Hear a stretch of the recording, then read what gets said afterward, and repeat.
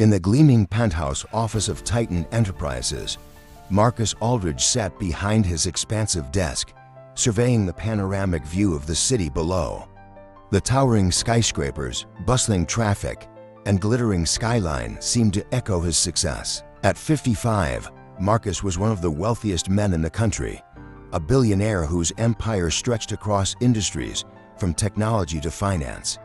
His life was the epitome of the American dream, a meteoric rise from humble beginnings to the pinnacle of corporate power. But for all the wealth, prestige, and power Marcus had accumulated over the decades, a shadow loomed over him. It was a shadow he had ignored for 25 years, one that had receded into the darkest corners of his mind. He had spent years running from it, burying it under layers of success and rationalization. But now, as he stared at the letter sitting on his desk, he could feel that shadow creeping back into his life. The letter, delivered by hand earlier that morning, had been unsettlingly simple. It wasn't on legal letterhead or typed out in an official tone. It was written in neat, careful handwriting, the handwriting of someone who had taken their time with each word. Marcus, it's been 25 years, but the past never stays buried. I think it's time we talk. Rick Dawson. Marcus felt his throat tighten as he read the letter again. Rick Dawson, a name he hadn't thought of in years. Not because he had forgotten, but because he had forced himself to forget, to move on, to build the life he had always dreamed of without the weight of that betrayal hanging over him. Marcus leaned back in his leather chair, closing his eyes, trying to suppress the flood of memories that Rick's letter had unleashed. But it was impossible. The past he had buried so deeply was now at the forefront of his mind. It was 1994. Marcus and Rick were fresh out of college, brimming with idealism and ambition. Both had degrees in computer science and a shared vision to change the world with technology. They founded Orion Systems out of a dingy apartment, working day and night on a revolutionary piece of software that could analyze and organize vast amounts of corporate data in real time. In an era where data was becoming more valuable than oil, their creation was ahead of its time, and soon, they had caught the attention of investors. Rick had always been the more cautious of the two. He was thoughtful, methodical, always weighing the consequences before making a decision. Marcus, on the other hand, was a visionary, bold, aggressive, and unafraid to take risks. It was this dynamic that made them such a powerful team, but it was also what tore them apart. As their fledgling company grew, so did the interest from venture capitalists. They were on the verge of landing a massive deal that would secure Orion's future and make both men millionaires overnight. But Rick had concerns. He worried that the investors, while promising massive capital injections, would demand too much control. He feared they would strip the company of its soul, turning their vision into just another corporate product. Marcus, however, saw things differently. He saw the deal as a once-in-a-lifetime opportunity. It was their chance to break into the big leagues, to transform Orion from a startup into a powerhouse. Rick's hesitation frustrated him. Marcus believed Rick was holding them back, clinging to ideals that had no place in the ruthless world of business. One night, after a heated argument, Marcus made a decision that would haunt him for the next 25 years. Without Rick's knowledge, he met with the investors and signed the deal alone. The next morning, Rick arrived at the office to find that Marcus had already secured the funding and secured himself as the sole CEO of Orion Systems. Rick was effectively pushed out, his shares diluted to almost nothing, and his role in the company reduced to a formality. Rick's devastation was palpable. The look in his eyes as Marcus explained the situation was something that Marcus would never forget. It was a look of betrayal so deep, so personal, that it seared itself into Marcus's conscience. But he justified his actions, telling himself that it was necessary, that Rick was too soft for the business world, that Orion wouldn't have survived without his decisive action. Rick disappeared from Marcus's life shortly after that. He left the company, took what little he could, and tried to start over. But the tech industry was small, and word of Marcus's takeover spread quickly. No one wanted to hire Rick, who was seen as a failed co-founder. Meanwhile, Marcus thrived. Under his leadership, Orion Systems transformed into Titan Enterprises, expanding beyond software and into a global conglomerate. Marcus became the face of corporate success, a self-made billionaire who graced the covers of magazines and delivered keynote speeches at tech conferences. For 25 years, Marcus had told himself that Rick's departure had been a necessary sacrifice. He had convinced himself that it was just business, that he had done what needed to be done to survive in a cutthroat industry. But now, staring at Rick's letter, Marcus felt the weight of his past pressing down on him. The following days were a blur. Marcus tried to focus on work, but his thoughts kept drifting back to Rick. He found himself thinking about their early days working side by side in that cramped apartment, fueled by caffeine and idealism, dreaming of changing the world. He remembered the excitement they had felt when they landed their first client, the long nights spent coding and debugging, the way Rick had always had his back. As much as Marcus had tried to bury the past, he couldn't shake the feeling that he had betrayed more than just Rick. He had betrayed their friendship, their shared vision. And now, 25 years later, it seemed that betrayal had come back to haunt him. One afternoon, as Marcus was sitting in his office, his assistant buzzed in. "Mr. Aldridge, there's a man here to see you," she said, her voice hesitant. "He says his name is Rick Dawson." Marcus's heart skipped a beat. He hadn't expected Rick to come in person. For a moment, he considered telling his assistant to send him away, but something stopped him. Maybe it was guilt, maybe it was curiosity, or maybe it was the fact that he knew deep down that he owed Rick more than just a few words in a letter. "Send him in," Marcus said, his voice steady. The door to his office opened, and Rick stepped inside. Marcus stood to greet him, but the words caught in his throat as he took in the sight of his former friend. Rick had aged, but not as much as Marcus had expected. His hair was flecked with gray, and there were lines around his eyes, but he still had the same calm demeanor that Marcus remembered. He was thinner than before, though, and his clothes, while clean and neat, were far from the tailored suits that Marcus had grown accustomed to wearing. "Marcus," Rick said, nodding in acknowledgement. "Rick," Marcus replied, gesturing for him to sit. "It's been a long time." 25 years, Rick said, his voice even. A lot can happen in 25 years. Marcus felt the weight of those words. He motioned for Rick to sit, but Rick remained standing, surveying the luxurious office with a look that was impossible to read. For a moment, neither man spoke, the silence stretching between them like a chasm too wide to cross. "I got your letter," Marcus said finally, breaking the silence. "I didn't know you still cared," Rick interrupted, a bitter smile tugging at the corners of his mouth. Not about the company, at least." Marcus frowned. "Then why are you here?" Rick walked slowly to the window, looking out at the city below, his hands clasped behind his back.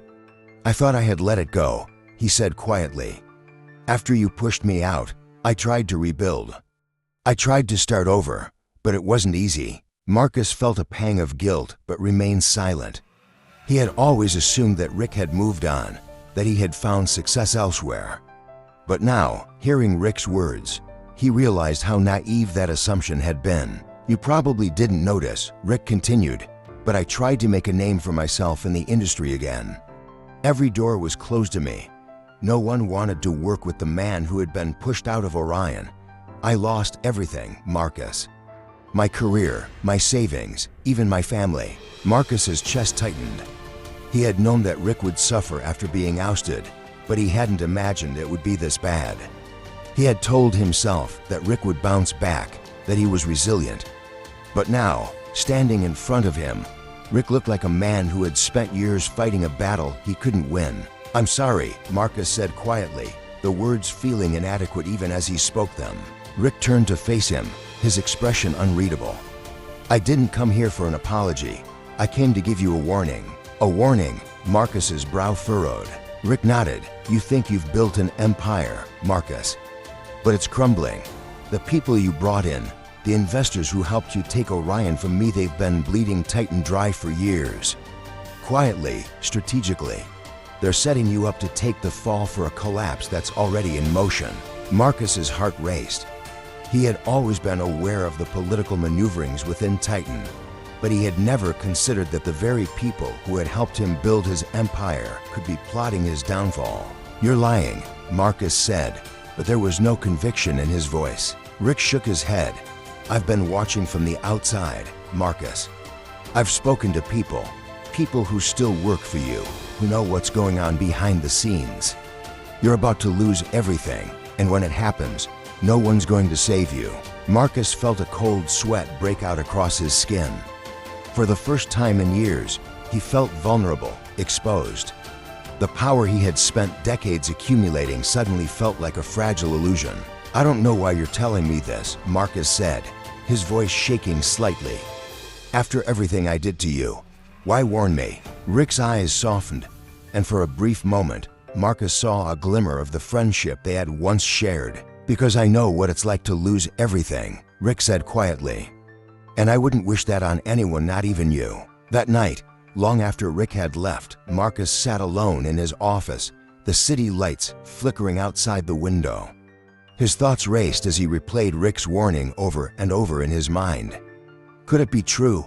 Could the people he had trusted for years be plotting his downfall? For the first time in decades, Marcus felt the weight of his choices crushing down on him.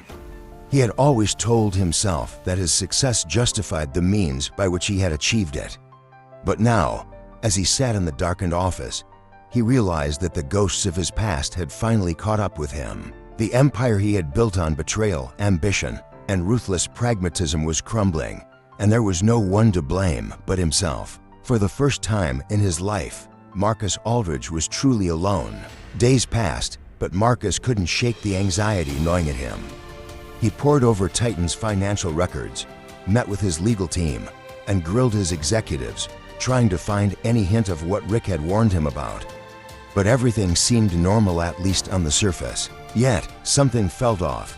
The numbers looked fine, the stock was performing well, but Marcus had built Titan from the ground up. He knew the company inside and out. There were tiny cracks appearing, cracks that weren't obvious to anyone else, but to Marcus, they were glaring. Minor discrepancies in the accounting, unexplained expenses, and unusual delays in project rollouts. Things that, in isolation, seemed insignificant, but together painted a picture of something much more sinister. Marcus called an emergency meeting with his board of directors. He needed answers, and he needed them fast. As the board gathered in the sleek conference room, Marcus stood at the head of the table, his hands clasped tightly behind his back. He could feel the tension in the room, a palpable undercurrent of unease that made his heart pound. "We're at a critical juncture," Marcus began, his voice steady but laced with tension. "I've been reviewing the financials, and I have serious concerns about our future." The board members exchanged uneasy glances, but no one spoke. Marcus continued, his gaze sweeping the room. "I want transparency.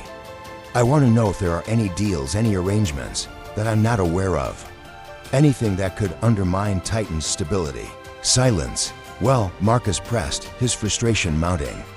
"Does anyone have anything to say?" Finally, one of the senior board members, Jonathan Reed, cleared his throat and spoke up. "Marcus, we've been through this before. There's nothing unusual going on. Titan is stronger than ever. You're overreacting." Marcus's jaw tightened. "Overreacting?" He took a step forward, his eyes blazing. "Do you think I'm blind? I've built this company from nothing. I know when something's wrong, and something is very wrong." Reed shifted uncomfortably in his seat. "Look, Marcus, I know you're under a lot of pressure, but we've got everything under control. The investors are happy, the shareholders are confident, and the financials are solid. There's no reason to panic." "No reason to panic," Marcus repeated, his voice rising. "I've seen the signs, Jonathan. Don't lie to me. If there's something happening behind my back, I'll find out. And when I do, heads will roll." Reed met Marcus's gaze, his expression inscrutable. "You're paranoid, Marcus. We've always had your back. But if you start doubting us, doubting the very people who helped you build this company, you're going to alienate your allies. You don't want that." Marcus clenched his fists, his mind racing. Was Reed threatening him? Had Rick been right all along? Were these men, the same men he had trusted for years, plotting his downfall? "I want a full audit," Marcus said coldly. "Every department, every transaction. I want to know where every dollar is going." The board members exchanged glances, but no one objected. "Fine," Reed said finally, his tone clipped. "We'll do the audit, but you're going to regret this, Marcus. You're going to regret questioning your team." Marcus ignored the warning. He couldn't afford to be complacent, not now. Not when everything he had built was on the line. The audit took weeks, and during that time, Marcus's paranoia grew. He watched his board members closely, scrutinized every report, every email, looking for any sign of betrayal. He stopped trusting the people around him, even his closest advisors. His once calm demeanor was replaced by an ever-growing sense of dread. As the results of the audit trickled in, Marcus's worst fears were confirmed. Hidden deep in the financials were irregularities that had been carefully concealed. Millions of dollars were being siphoned off into shell companies, and several of the board members were implicated. The web of corruption was more intricate than Marcus had imagined, and it had been going on for years right under his nose. The final blow came when Marcus discovered that Reed, the man who had been his most trusted ally, was at the center of it all. Reed had been working with the very investors who had helped Marcus take control of Orion all those years ago. They had been slowly draining Titan's resources, preparing for a hostile takeover that would leave Marcus powerless and penniless. Marcus's hands trembled as he read the final audit report. He had been so focused on building his empire, on expanding and conquering, that he had overlooked the very people who had been plotting his downfall. The betrayal was complete, and there was nothing he could do to stop it. The next morning, Marcus held a press conference. He stood before the cameras, his face pale but composed, and announced his resignation as CEO of Titan Enterprises. The news sent shockwaves through the business world.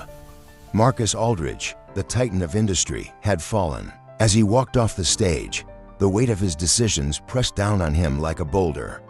The empire he had built, the empire that had cost him his best friend, had crumbled, and in the end, he was left with nothing. Marcus returned to his penthouse, now silent and empty.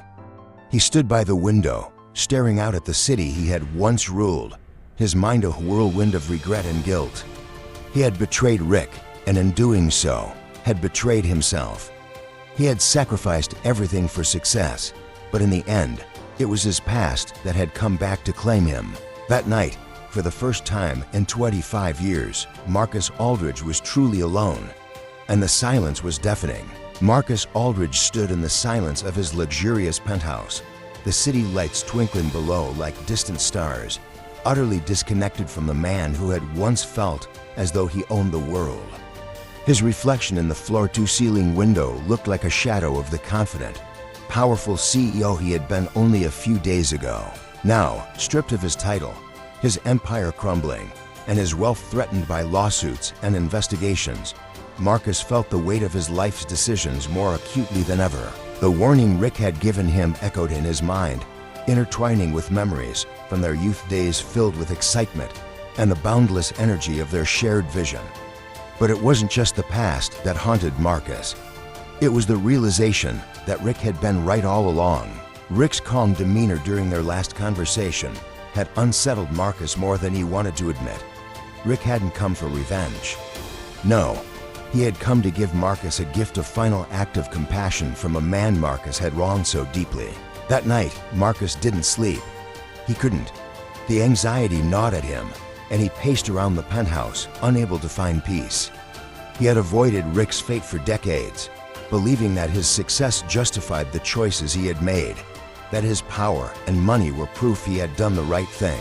But now, with nothing left to protect him from the truth, Marcus realized that the emptiness he felt had always been there, lurking beneath the surface. The next day, Marcus received a call from his lawyer. Titan Enterprises was in freefall.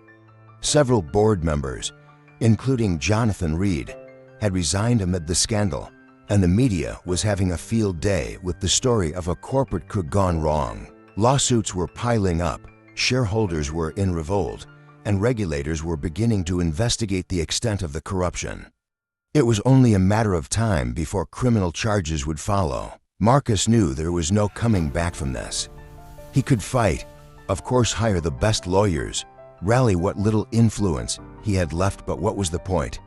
His empire was gone, his reputation was shattered, and the people he had trusted had betrayed him. There was no fight left in him. He hung up the phone without a word to his lawyer, sinking into the leather chair that had once felt like a throne, but now seemed like a cage.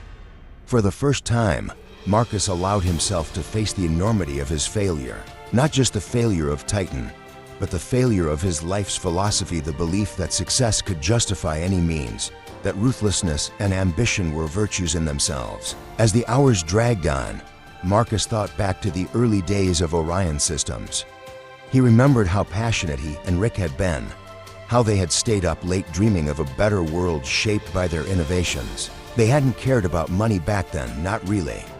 Sure, they wanted to be successful, but it was the excitement of creating something new, something revolutionary, that had driven them. Somewhere along the way, Marcus had lost sight of that, but Rick hadn't. A week later, Marcus found himself standing outside a modest suburban home, a world away from the glitz and glamour of the life he once led. The lawn was well kept but unpretentious, the house simple but comfortable. He hadn't been invited. In fact, he hadn't even called ahead. He didn't know why he was here exactly, but something had drawn him to this place. As he stood there, hesitating at the door, Marcus felt an overwhelming sense of unease. He had spent his life confident, decisive, always knowing what his next move would be. But now, with nothing left to lose, he felt the unfamiliar sting of vulnerability. Taking a deep breath, Marcus knocked on the door. After a few moments, the door opened, and there stood Rick Dawson. He looked surprised but not angry, his calm demeanor unchanged. He had aged, sure, but there was a lightness in his expression that Marcus hadn't expected, a sense of peace that Marcus had never been able to find, even at the height of his success. "Marcus," Rick said, his voice steady but cautious. "Rick," Marcus replied, feeling a knot tighten in his throat. "I wasn't sure if you'd even want to see me." Rick studied Marcus for a moment before stepping aside. "Come in." The house was cozy, filled with personal touches that spoke of a life lived with care. Family photos lined the walls, shelves were stacked with books, and the scent of freshly brewed coffee hung in the air. It was nothing like the sterile, cold spaces Marcus had grown accustomed to over the years. Here, there was warmth. Rick motioned for Marcus to sit at the kitchen table, and after a moment, Marcus did. The two men sat in silence for a while, the tension between them thick, but not unbearable. "You were right," Marcus said at last, breaking the silence. His voice was quiet, almost a whisper, but there was no hesitation in his words. "About everything." Rick didn't say anything for a moment, sipping his coffee as he watched Marcus carefully. "I didn't come to gloat, Marcus. I'm not interested in rehashing the past." "I know," Marcus replied, "but I need to say it anyway. I need to tell you how sorry I am for betraying you, for taking the company from you, for everything that happened afterward." Rick set his cup down gently, leaning back in his chair. "You don't owe me an apology, Marcus." "What happened back then," he paused, choosing his words carefully, "was a turning point for both of us. I won't lie and say it didn't hurt, it did. But it also forced me to let go of something that wasn't meant for me. I found peace in my own way." Marcus looked down at his hands, the weight of Rick's forgiveness only adding to the guilt he already felt. "I spent years telling myself that I did what I had to do, that it was just business, but now I see that I lost more than I gained. I lost our friendship, I lost myself." Rick was quiet for a moment, his expression thoughtful. "You didn't have to lose yourself, Marcus. That was your choice." Marcus felt the sting of those words, but knew they were true. He had made his choices that had led him down a path of power and wealth, but also loneliness and regret. "I don't know how to fix it," Marcus said quietly. "I don't know if it can be fixed." Rick stood up, walking to the window and gazing out at the peaceful street. "I don't think it's about fixing things, Marcus. It's about moving forward. I've found my peace, and maybe it's time for you to find yours." Marcus sat in silence, feeling the weight of Rick's words. He had spent so long running from his past, trying to control everything, that the idea of letting go seemed impossible. But as he looked around Rick's home so full of life, warmth, and the things that really mattered, he realized that maybe, just maybe, there was a different way to live. In the months that followed, Marcus began to dismantle the walls he had built around himself. He sold off his shares in Titan Enterprises, donating much of his fortune to causes that aligned with the ideals he and Rick had once held dear: education, technology for social good, and programs for young entrepreneurs who wanted to change the world, not just profit from it. He reconnected with people he had pushed away, not for business deals or power plays, but for the sake of rebuilding the relationships he had neglected for so long.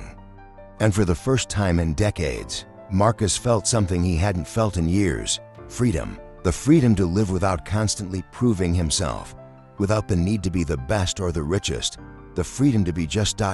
Marcus. He and Rick didn't become close friends again overnight, but they did keep in touch. They shared stories, talked about the past, and even collaborated on a few projects that focused on giving back to the community. It wasn't the same as it had been in the beginning, but it was real.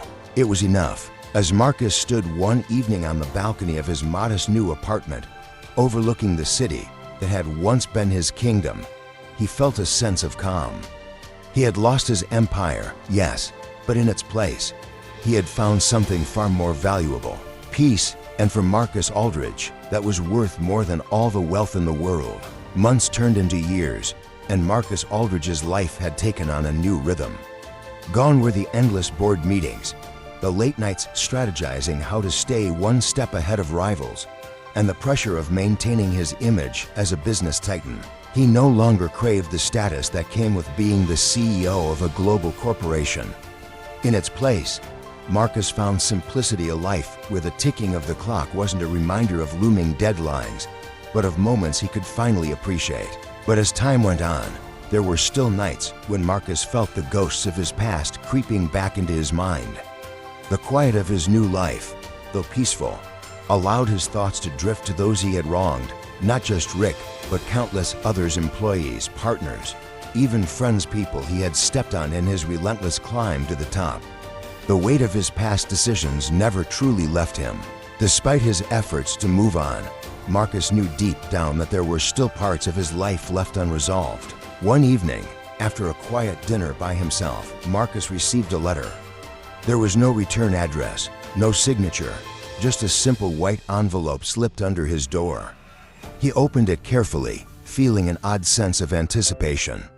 Inside was a single piece of paper with a handwritten message: "The past never dies. Sometimes it's just waiting for the right moment to return." A chill ran down his spine as he stared at the words. He had spent years trying to atone for his mistakes, to live differently, yet this cryptic note felt like a threat, a reminder that perhaps some wounds had never healed. Could it be someone from Titan, seeking revenge for the scandal that had destroyed the company? Or perhaps one of the many business deals where Marcus had made enemies? He couldn't shake the feeling that this was personal. The letter gnawed at Marcus for days. He considered ignoring it, but something about the message felt unfinished, as though it was only the beginning. He tried to put it out of his mind, but the paranoia he had once known so well, the fear of enemies lurking in the shadows, began to creep back in. It was the same fear that had driven him in the final years of his tenure at Titan. And now it was returning, stronger than ever. A week after the letter, another one appeared. This time, it was more direct. "You built an empire on lies and deceit. Did you think the truth would never come to light?" Marcus felt the knot in his stomach tighten. Whoever was sending these letters knew him, knew his past. The more he thought about it, the more convinced he became that someone from his old life was seeking revenge. But who? There were too many possibilities, too many people he had wronged in his pursuit of power. Unable to bear the uncertainty, Marcus decided to hire a private investigator. He wasn't the man he used to be, but he wasn't willing to live in fear either. If someone was coming after him, he needed to know who they were and what they wanted. As the investigator delved into Marcus's past, unearthing old files and contacting people who had been part of his life during his reign at Titan. More letters arrived. Each one was more threatening than the last. They mentioned specific deals, shady partnerships, and even personal betrayals that Marcus had long since buried. The letters were like a dark mirror reflecting his old self, and each word forced him to confront the man he used to be. The investigator worked tirelessly, following every lead, but there was no trace of the sender. No fingerprints, no digital trail, nothing. Whoever it was knew how to cover their tracks. Days turned into weeks, and the stress began to take its toll on Marcus. His sleep was restless, filled with nightmares of boardroom betrayals and lost fortunes. The man who had once commanded fear and respect now found himself haunted by the very tactics he had used to climb to the top. Then, one day, the investigator came to him with a surprising discovery. The letters weren't being sent by a rival from the business world or a disgruntled former employee. They were being sent by someone Marcus had never expected, someone from a part of his past he had long since forgotten. 25 years earlier, during the early days of his rise, there had been a deal. Not the one that had ousted Rick from Orion Systems, but an even earlier, smaller betrayal, one that had seemed insignificant at the time. It involved a small tech startup that Marcus had invested in, promising to help them grow in exchange for a controlling share of the company. The founder, a young woman named Evelyn Rhodes, had been passionate, idealistic, and full of hope. She had trusted Marcus with her vision, believing that he would help her change the world. But Marcus had done what he always did.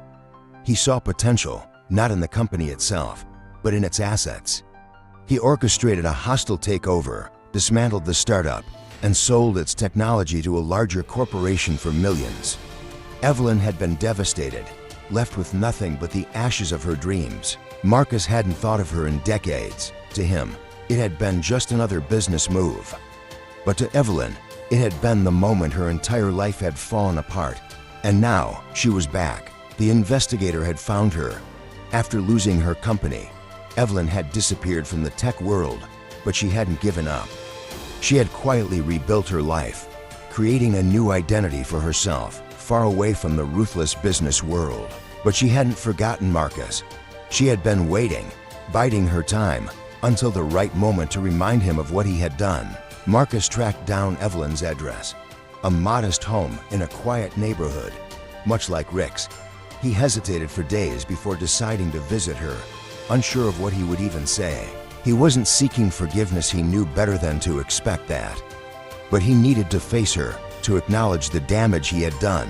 When he finally knocked on her door, he felt the same vulnerability that had gripped him when he stood outside Rick's house. The door opened, and there she was, older, but unmistakably the same woman he had once known. Her eyes were sharp, her posture strong. She looked at him without surprise, as if she had been expecting this moment for years. "Marcus," she said, her voice steady but cold. "Evelyn," he replied, his voice quieter than he had intended. She didn't invite him in, but she didn't shut the door either. They stood in silence for a moment, the weight of the past hanging between them. "I got your letters," Marcus finally said. "I know," Evelyn replied, her eyes never leaving his. "I wanted you to feel what it's like to live with the consequences of your actions. To know that you can't just move on and pretend the past never happened. I'm not here to make excuses," Marcus said, his voice trembling slightly. "I know what I did. I destroyed your company, your dreams. And I've been living with the guilt of a lot of things, but this. I never thought it would come back to haunt me like this." Evelyn's expression softened, but only slightly. "It's not about revenge, Marcus. I don't need anything from you. I rebuilt my life. But I wanted you to know that you didn't just ruin companies, you ruined people. You took more than money. You took hope." Marcus swallowed hard, the weight of her words settling in his chest. "I can't undo what I did," he said quietly, "but I can tell you that I'm sorry. I know it doesn't change anything, but I am." For the first time, Evelyn's eyes flickered with something other than anger. She studied Marcus, as if weighing his sincerity. "I don't need your apology," she said finally, "but maybe you needed to give it." That night, Marcus returned home, the conversation with Evelyn replaying in his mind. He knew he would never be able to fully escape his past, that the choices he had made would always be part of who he was. But he also knew that facing those he had wronged, acknowledging the pain he had caused, was the only way he could ever find peace. He had spent years building an empire, only to watch it crumble. But in the rubble of his old life, Marcus had found something far more valuable than power or wealth. He had found a way forward. Not through success, but through redemption. And for the first time in years, Marcus Aldridge slept soundly, the ghosts of his past finally beginning to fade. Marcus Aldridge woke the next morning with a clarity he hadn't felt in years. Evelyn's words echoed in his mind, and while they had stung, they had also freed him. He realized that he had been seeking forgiveness for the wrong reasons. It wasn't about redemption in the eyes of others. It was about confronting himself, about acknowledging that there was no path to true peace without first looking into the darkest corners of his soul. The feeling of resolution that had settled in Marcus was fragile, though. It would take more than a few apologies to wash away the sins of his past. He knew that facing Rick and Evelyn were only the beginning. There were still other people he had exploited, discarded, or manipulated on his way to the top. Some he hadn't seen in years, others he had almost forgotten about completely. But they hadn't forgotten him. Just like Evelyn, many of them had carried the scars of his actions for decades. And now, it was time for Marcus to confront them. The next phase of Marcus's journey began quietly. He didn't seek fanfare or public acknowledgement for what he was about to do. He didn't issue a press release or make a grand statement about turning over a new leaf. That wasn't his style, nor would it have been genuine. Instead, he started with the people closest to him, the ones who had been by his side during his meteoric rise and catastrophic fall. There was his longtime personal assistant, Claire. She had worked tirelessly for Marcus, always one step ahead of his every need, yet he had never once asked her about her life, her dreams, or her struggles. She had endured his temper, his demands, and his coldness. When Titan crumbled, she had been among the last employees to leave, quietly slipping out of his life without so much as a word of thanks. He found her living in a small townhouse in the outskirts of the city. She was shocked when he called, even more so when he asked to meet.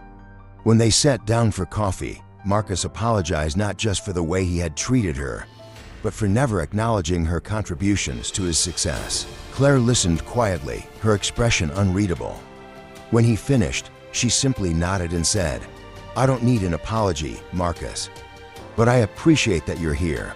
They parted on good terms, though Marcus knew he could never repay her for the years she had spent supporting him while receiving nothing in return. Marcus's next step took him back to Titan's headquarters, now occupied by a different company. The once glimmering building, once a symbol of power, was just another office tower among many in the sprawling metropolis. Marcus wasn't looking for the building, though. He was searching for the people who had worked there, those whose lives had been turned upside down when Titan fell. He reached out to several former employees, setting up meetings with those willing to speak with him. Some had moved on, finding success in other ventures, while others had struggled to rebuild their careers after the collapse of Titan. The conversations were difficult, each one a reminder of how his reckless ambition had affected not just the company, but the people within it. One of the meetings that hit hardest was with Peter, a middle-aged man who had been part of Titan's mid-level management. Peter had lost his job during the scandal and had struggled for years to regain his footing. Sitting across from Marcus, Peter wasn't angry, he was resigned. "You didn't just destroy the company, Marcus," Peter said quietly. "You destroyed people's faith in you. We believed in you. We believed in Titan, but in the end, it was all about you, wasn't it?" Marcus couldn't deny it. He had always told himself that Titan was bigger than him, that it was a vision for the future. But in truth, it had always been about his own power, his own legacy. "I don't have an excuse for what I did," Marcus said, his voice low. "I'm sorry, Peter. I can't make up for the past, but I can acknowledge the harm I caused." Peter looked at him for a long time before nodding slowly. "It's too late to change anything," he said, standing up. "But maybe it's not too late for you to find some peace." As Marcus continued his journey, he began to notice something change within him. Each conversation, each encounter with his past, chipped away at the man he had once been, the cold, calculating CEO who saw people as tools rather than individuals with their own lives and dreams. In their place, a new Marcus was emerging, one who no longer saw success as the ultimate goal, but rather connection, empathy, and understanding. But it wasn't enough, not yet. There was still one more person Marcus needed to face, the one person whose betrayal had haunted him the most. Jonathan Reed. Once his closest confidant, Jonathan had been instrumental in building Titan, yet he had also been the one to pull the rug out from under Marcus when the scandal broke. It was Jonathan's decision to abandon Marcus that had signaled the end of Titan and the beginning of Marcus's downfall. For years, Marcus had blamed Jonathan for everything that had gone wrong. He had convinced himself that Jonathan's betrayal had been the single greatest injustice of his life. But now, as he looked back on it, Marcus saw the truth. Jonathan had simply done what Marcus had taught him to do. He had played the game just as ruthlessly and efficiently as Marcus had taught him. And in the end, Marcus's own philosophy had come back to destroy him. Tracking down Jonathan wasn't difficult.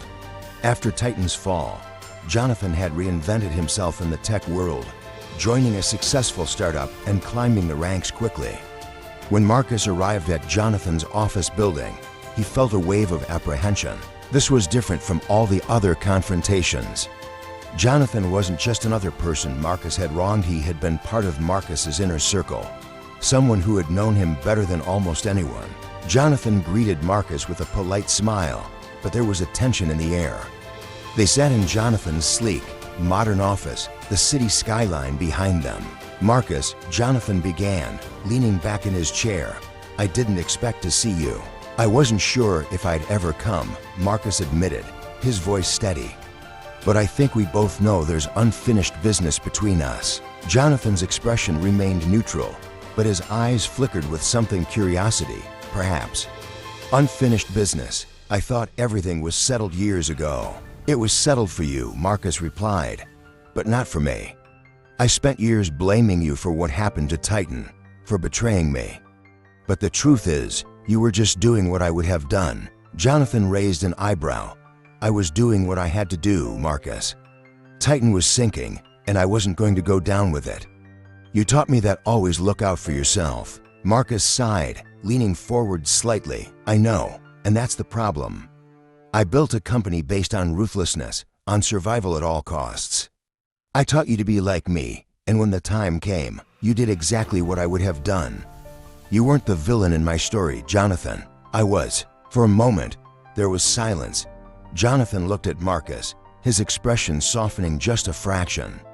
"You really have changed, haven't you?" he said quietly. "I'm trying," Marcus replied. "I'm not here to ask for anything. I just wanted you to know that I see it now. I see how my own actions led to my downfall. And I see how much damage I caused, not just to the company, but to the people around me." Jonathan studied Marcus, and for the first time in years, there was a hint of the friendship they had once shared. "I don't know what to say," Jonathan admitted. "You were like a mentor to me. But when everything fell apart, I didn't know how to stay loyal to you without losing everything I had worked for." "I understand that now," Marcus said, "and I don't blame you anymore. In fact, I'm grateful you did what you did. It forced me to see the truth about myself." The two men sat in silence for a moment, the tension between them slowly dissolving. They didn't need to rekindle their friendship or rehash the past any further. For Marcus, this wasn't about fixing old relationships, it was about finding closure. Over time, Marcus's journey of reflection and reconciliation transformed into something deeper. He became involved in mentoring young entrepreneurs, not for the purpose of shaping them into titans of industry, but to teach them about the value of integrity, humility, and empathy. He spoke at conferences about the dangers of unchecked ambition, sharing his story not as a cautionary tale, but as a lesson in personal growth. As Marcus stood on stage one evening at a small conference, speaking to a group of young business owners, he felt a sense of fulfillment he had never known in all of his years as CEO. He no longer needed to be the most powerful man in the room. He no longer craved the approval of investors or the accolades of his peers. All that mattered now was the chance to make a positive impact on the lives of others. After his talk, a young woman approached him, her eyes filled with admiration. "Your story really moved me," she said.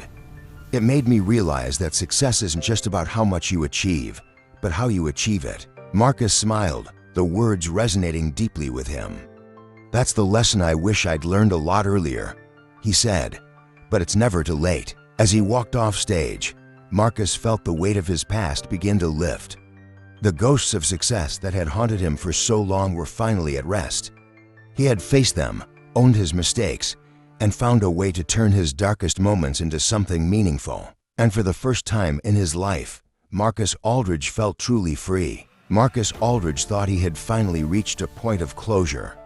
He had confronted the wreckage he'd left behind, reconciled with his past, and found new meaning in helping others avoid the pitfalls that had ensnared him. But life, as Marcus was learning, had a way of offering no true endings, only more chapters, each more complex than the last. It started innocuously enough, a voicemail from an old colleague, Daniel Graves. Daniel had been a peripheral figure in Marcus's empire, part of the legal team that had navigated the murky waters of Titan's rise to dominance. He had been there during the scandals, quietly working behind the scenes to make sure Marcus stayed untouchable. Daniel had left just before Titan's implosion, slipping away before things got truly messy, and Marcus hadn't heard from him since. "Marcus, it's Daniel. We need to talk. It's about something that happened years ago. I know you're trying to make amends, but there's more you need to know. Call me back." The message was cryptic, unsettling. Marcus had thought he had uncovered every skeleton in his closet, yet Daniel's voice carried a weight that suggested there was still something left unspoken, something that Marcus hadn't accounted for. Reluctantly, Marcus returned the call. They met at a small, discreet cafe on the outskirts of the city. Daniel looked older than Marcus remembered, his once sharp features softened by age and stress. He seemed nervous, his eyes darting around the room as if expecting someone to be watching. "Daniel," Marcus began, taking a seat across from him. "What's going on? What's this about?" Daniel leaned in, lowering his voice. "You've been going through this redemption arc of yours, Marcus, trying to make amends with the people you hurt. But there's something from Titan's early days that you never addressed, something I never told you." Marcus frowned.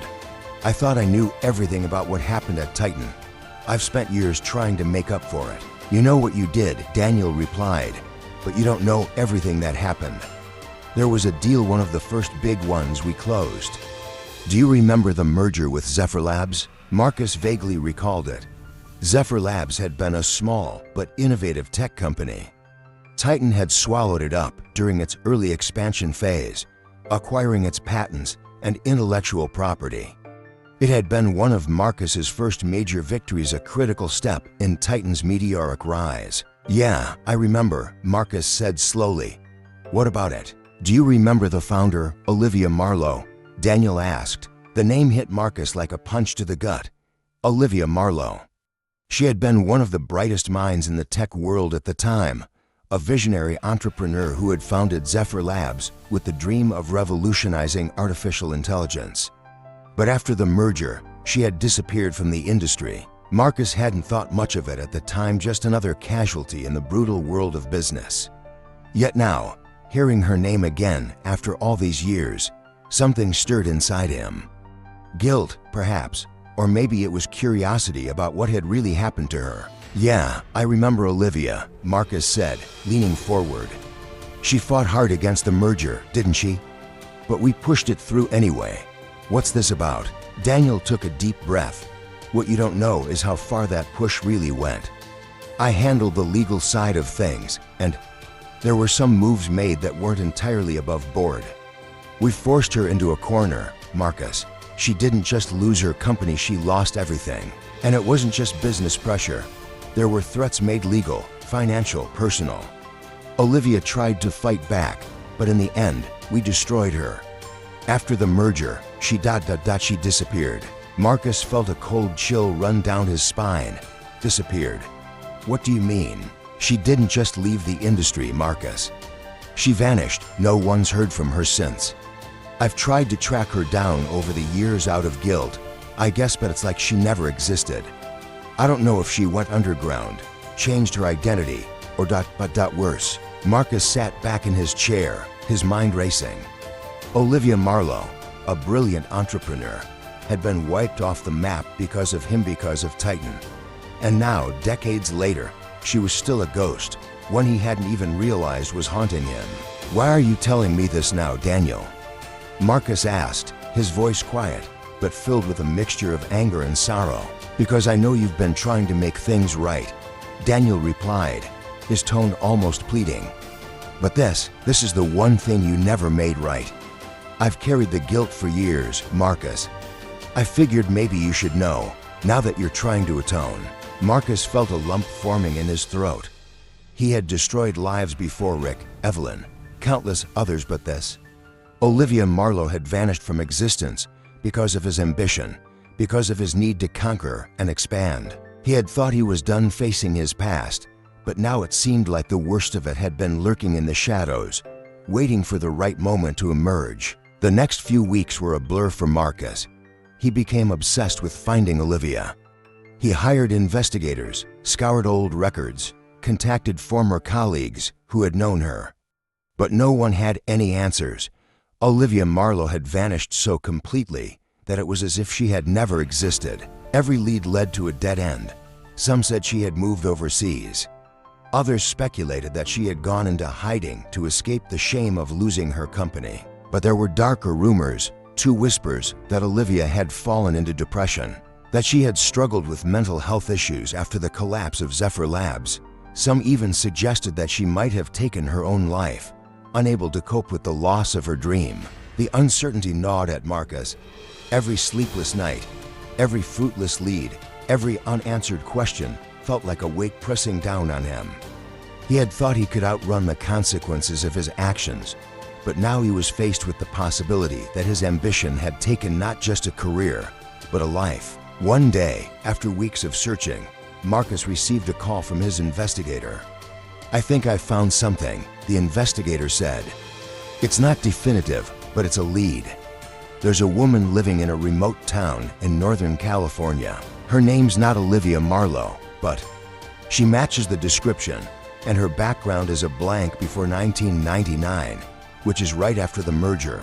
Marcus's heart raced. Could this finally be it? Could this be Olivia? Without hesitation, Marcus flew to Northern California. The town was small, tucked away in the mountains, a place where people went to disappear. Marcus stood at the front door, his hand poised to knock. His heart pounded in his chest. What would he say? What could he say? He had spent years trying to make amends, but this felt different. This wasn't just about an apology, it was about finding out whether his ambition had erased a life entirely. He knocked. After what felt like an eternity, the door opened. A woman stood before him, her hair streaked with gray, her face lined with years of struggle and survival. But there was no mistaking her eyes, those same brilliant, piercing eyes that had once seen the future of technology. Olivia Marlowe. She stared at him for a long moment, her expression unreadable. Marcus opened his mouth to speak, but no words came out. Finally, Olivia spoke, her voice soft but steady. "I was wondering when you'd find me." The silence between them hung heavy in the air. Marcus struggled to find his voice, the gravity of the moment pressing down on him. Here she was, the woman whose life he had erased, standing before him, alive but irrevocably changed by the events he had set in motion. "Olivia," he began, but the words stuck in his throat. She looked at him with an unreadable expression, neither angry nor welcoming, just tired. "I don't go by that name anymore," she said, her voice steady but distant. "That life ended a long time ago. What do you want, Marcus?" "I came to..." He stopped himself. What had he come for? To apologize, to make amends? Could any words truly make up for what he had done? "I came to see if you were okay," he said finally, his voice trembling slightly. "After everything that happened, I needed to know." Olivia studied him for a long moment, her eyes searching his face as if trying to find the man she had once known, the man who had destroyed her dream. I survived, she said quietly. Barely, but I survived. Marcus nodded, his chest tight with guilt. I didn't know. I didn't know the extent of what happened after the merger. I didn't realize how much damage I caused. And now, after all these years, Stop, Olivia interrupted, raising a hand.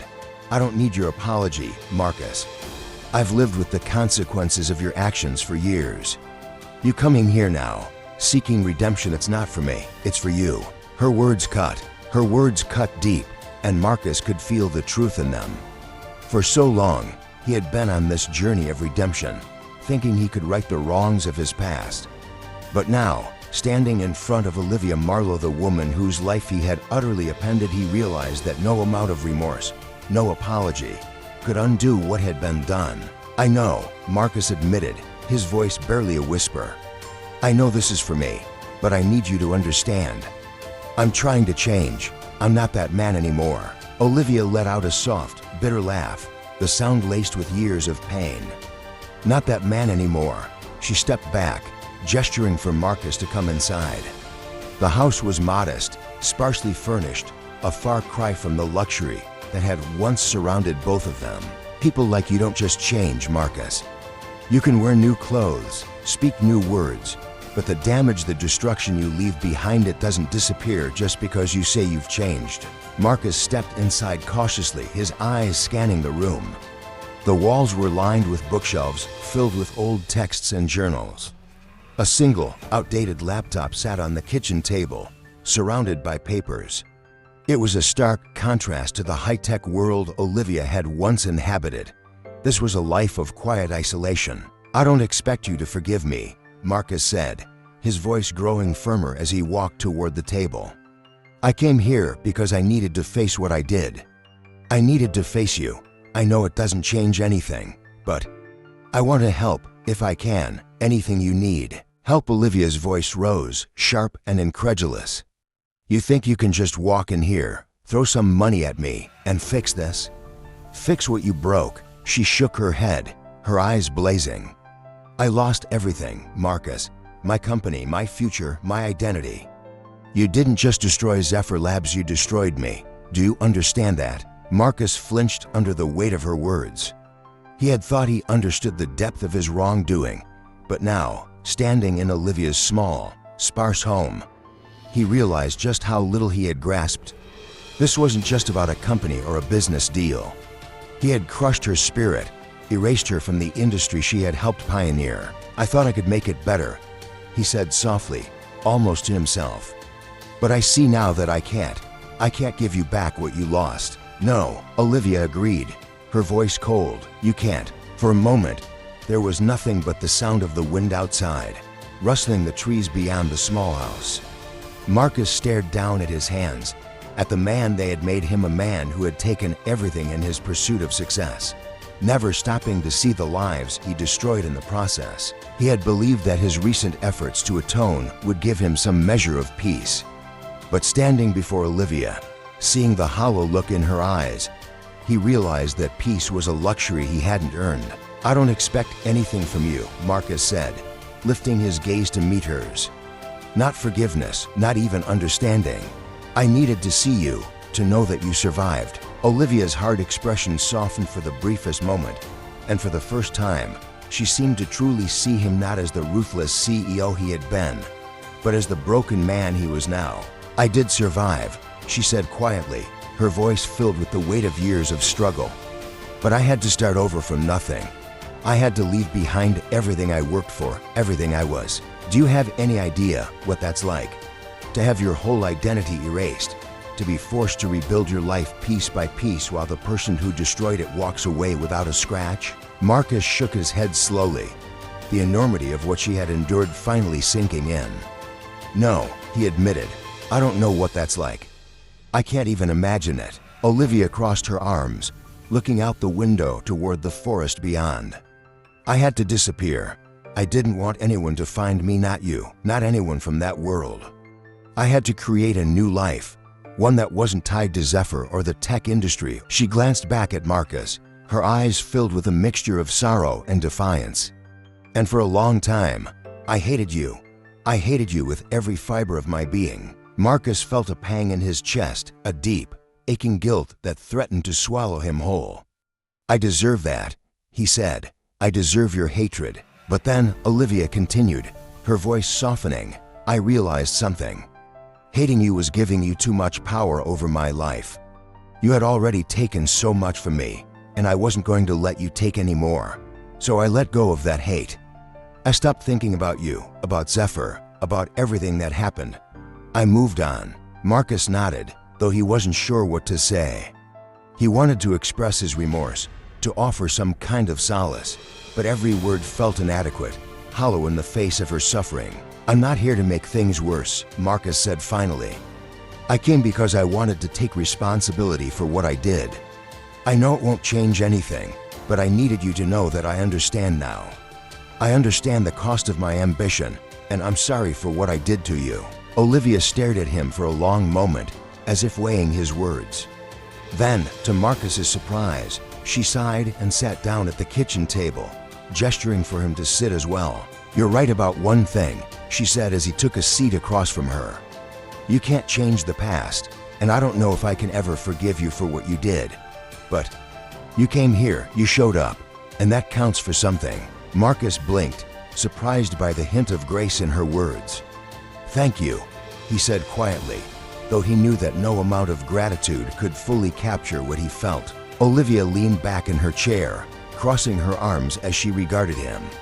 So what now, Marcus? You've found me. You've said your piece.